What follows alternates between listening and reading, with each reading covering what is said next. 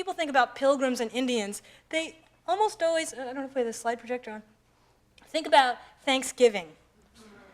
This is a 1915 painting called The First Thanksgiving, which conjures up a very common image in the American imagination. Most people think about that first Thanksgiving in 1621, and when they do, they're thinking about pilgrims in their hats and their buckled shoes and this very stereotypical notion we have of who the pilgrims were. And they think of Indians, and in this case, Indians who are dressed more like Plains Indians, which is part of the problem with how we think about Thanksgiving. But most Americans have heard of Massasoit. A lot of Americans have heard of Massasoit, the Wampanoag sachem outside of Plymouth who welcomed the welcomed the Pilgrims in 1620 and attended that first Thanksgiving, taught the Pilgrims how to plant corn, etc. We have this sort of storybook, very fabled image of what happens in 1621, and we celebrate that in our schools every Thanksgiving, every November. And after that moment, sort of in our imagination, when you say Indians in American history, people think first of Massasoit and the first Thanksgiving.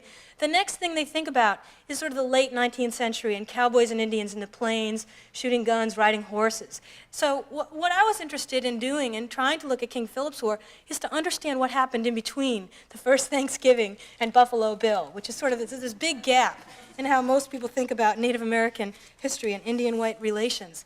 And I want to acknowledge here that I'm not immune to participating in this gap. This is a very embarrassing piece of artwork by a very little-known New England artist from 1973. This is my mother dug this out of the mom archives when my book came out and said, "Oh, this is what you wrote your book about." This is something that I drew. This is a lovely piece of crayon on oak tag that I drew when I was 7, and I'm sure it was November, and we were, celebrating Thanksgiving, and I've got the buckle on the hat, which is my favorite element of this, and I've got this Indian with a feather and full dress. He's very sort of Plains Indian looking. It has a lot to do with that painting from 1915 and with the image that most Americans walk around with in their head of that first Thanksgiving. So I just want to acknowledge that I am not somehow superior and outside the trends in American life and in the American imagination. But when you think about King Philip's War, this story of Thanksgiving, it becomes much more complicated because Massasoit, the Wampanoag sachem who was at that first Thanksgiving in 1621, was Philip's father. And really, so it's only a generation later that instead of sitting down to this sort of multicultural picnic, that Wampanoags decide to wage war against the English in an attempt to oust them entirely from their territory. A very dramatic change. And there are other sort of more troubling resonances with this idea of Thanksgiving. What we celebrate as Thanksgiving is a secular holiday, really a harvest feast. In the 17th century, Puritans celebrated religious days of Thanksgiving that weren't about feasting so much as they were about prayer, for giving thanks for particular events. Well, during King Philip's War in 1675, the Puritans canceled Thanksgiving. They said, there is nothing to give thanks for, half of our towns are dying, 1 in 10 colonists has been killed. So there were no Thanksgivings, no days of Thanksgiving during King Philip's War until the end of the war, until August of 1676, when Philip was killed, and Plymouth called its first day of Thanksgiving.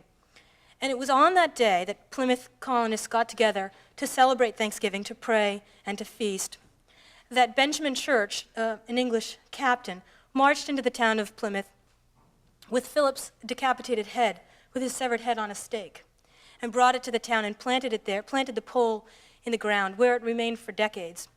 And Increase Mather, the Puritan minister of Boston, wrote of this event, of this, the great coincidence of this day of Thanksgiving and the arrival of Philip's severed head. He said, God has given us this as meat to the people in the wilderness to feast on this day of Thanksgiving.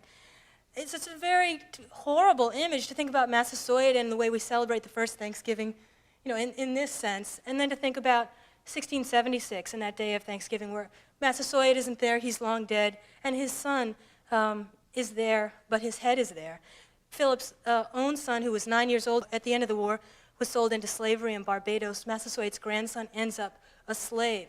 So something very dramatic and very important happens in the 17th century in terms of English colonists' relationship with Indians, and it's something that we really bear the legacy of today, that all of subsequent American history really reckons with again and again.